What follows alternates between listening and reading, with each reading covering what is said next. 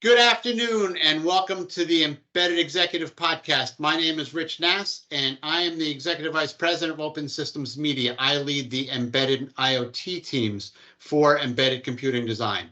My special guest today is Stelios Diamantidis, and he is the Executive Director of the Center for Generative AI for Synopsys. How you doing, Stelios? Oh, I'm doing very well, Rich. How are you? I'm doing just fine. Thank you very much. So, first question, what is the Center for Generative AI at Synopsys? What is it that you guys are doing? Sounds like some top secret government mission you're on. Oh, it's certainly more fun than that. Let me tell you all about it. So at Synopsys, we deliver silicon and systems design solutions. Those design solutions are used by really anybody who designs a chip these days to maximize their R&D capability, their capacity, and their productivity. So our customers use our technology to innovate at the fastest pace, I think, that any manufacturing industry really sees these days. Clearly, we could not have ignored such a mega trend as generative AI. So the purpose of the Generative AI Center is really to ensure that generative AI technology benefits all of aspects of Synopsys's operations, products, really everything about our business. And the way that we did it is by bringing into the center some of our best technologists, program and product managers, and of course, executive support to make that happen. So are you designing for internal consumption, or are you designing for customers? Or is it like you're designing for internal who then in turn design for external customers? Yes, and yes, I think is the best answer. And I think a lot of visionaries in our industry have said generative AI is going to have the same impact as electricity or the internet has had on the global economy. So, hold on. I can't let you just run that by and go with it. That's an extremely bold statement you just made. Do you have anything to back that up? Oh, I absolutely do. So we see that generative AI is going to change the way that we serve our end customers, that we provide products and solutions for end customers, but also in the way that we run our own business, both in terms of our internal support and our corporate functions, from marketing to sales to finance, the works. So if you look at, and by the way, let me not forget a third very important segment here, which is our own developers. And at Synopsys, we have over 10,000 of those that write software that ultimately becomes the products we supply to the market. So very rarely, not in my career, not in my time, maybe the internet, has a technology impacted all of those things all at the same time with the potential and the gravitas that generative AI is bringing into the market right now. All right, so give me an example of how this will be used internally. So take, for example, internal productivity of developers. We write a lot of code. We write it in a lot of languages. And as you can imagine, when you have the world's best and brightest using this to create new chip technology, quality and product feature richness are both extremely important.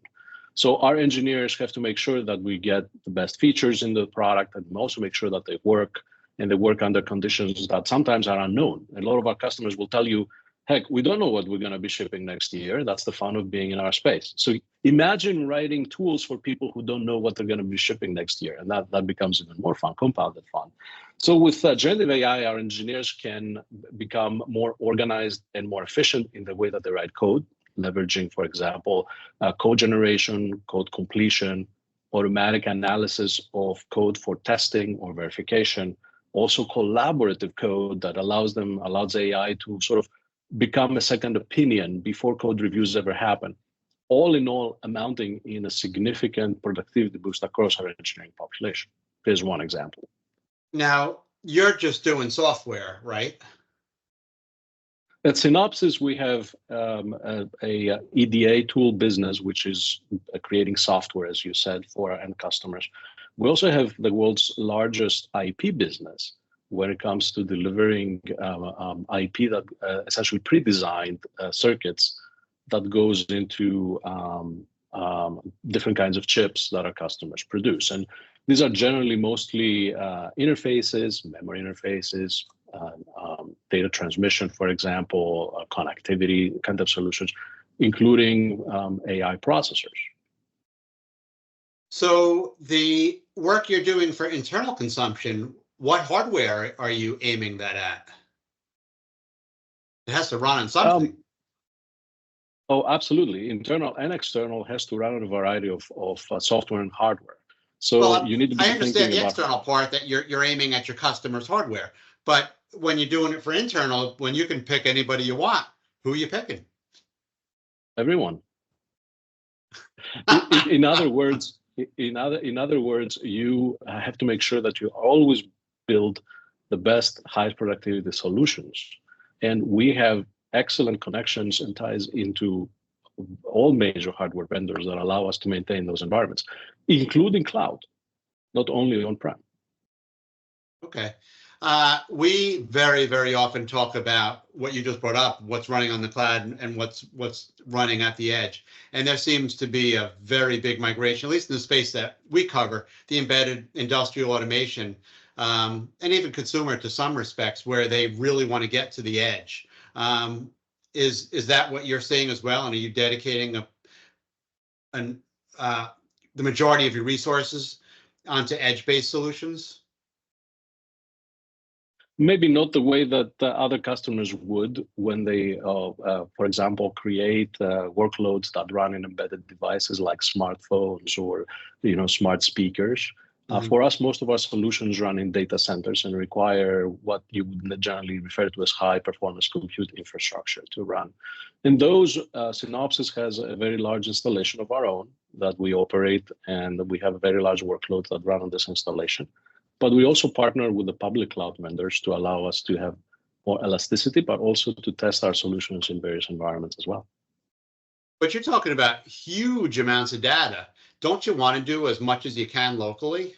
And when I say huge, I mean it's huge. It is very, very large amount of data. In a typical chip design, you will certainly see over a terabyte of data.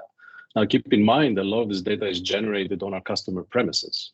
So one of our key challenges at Synopsys is how to create solutions, be it generative AI or across the framework of design automation, making sure that those solutions are well tested and can run in any design environment and for any design style without necessarily having access to all the data that's going to be created out there in a customer premises. It's a very variable and high-speed environment to work with, and that's why you need to have very close relationship with your customers. And we are partners with our customers because we realize very much, just like they do, bringing a new advanced cutting edge chip to market requires that level of collaboration between us. Same thing with the foundries. Okay, those are the easy questions. You ready for the hard ones? You got it. Let's go.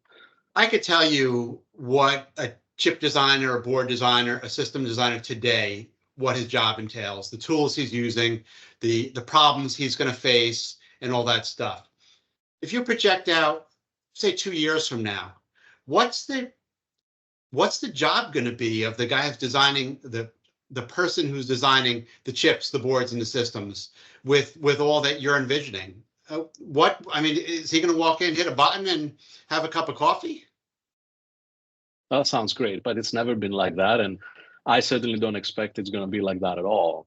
If you look at the history of our semiconductor world here, and you look at how many gates, for example, and gates being maybe the fundamental logic unit that an engineer produces as part of a design, we have seen over 10 to the 7 productivity boost over the course of the lifetime of this company, about 35 years or so. And 10 to the 7 is a lot of productivity. Now, you can very much claim that with that level of productivity, by now we should be having coffee and chilling and kicking back and waiting for the chips to be produced. However, the reality is exactly the opposite. This kind of productivity has enabled folks to build more complex designs and support new paradigms like AI and generative AI, deep neural networks that keep emerging to support the world's needs for applications. I very much see us being able to absorb another 10 to the 7 in years to come, and still our engineers would not be kicking back, having a coffee or chatting more than they choose to. but they're going to be enabled to build really amazing silicon. And I think what we're seeing right now with AI, our experiences in the AI space, which have taken part in the last 6-7 years as a formalized program here, and then the emergence of generative AI will allow us to deliver that next 10 to the 7. Okay, so if I'm tasked with designing AI into my application, is this the time? Do I want to wait 6 months for things to settle out a little bit? Do I want to wait a year? What's your advice? I think it's, I don't want to take an absolute position on this. I would look at my current roadmap. I would look at my upcoming needs going forward. And I would certainly start designing an intercept point. Maybe it's not today, maybe it's in 6 months. I would be very worried if it's past 6 months, given what we're seeing in the market. But we certainly already have a lot of our key customers engaged, using, testing, validating, improving Synopsys technology that we've announced in the market, and seeing already very interesting results, right? So if you're taking a fast follower approach, don't wait too long, would be my advice. Okay, the fact that you guys are using this technology internally, I think, is awesome. If you have the confidence to use it yourself, or if you didn't have the confidence to use it yourself, how would you sell it to a customer?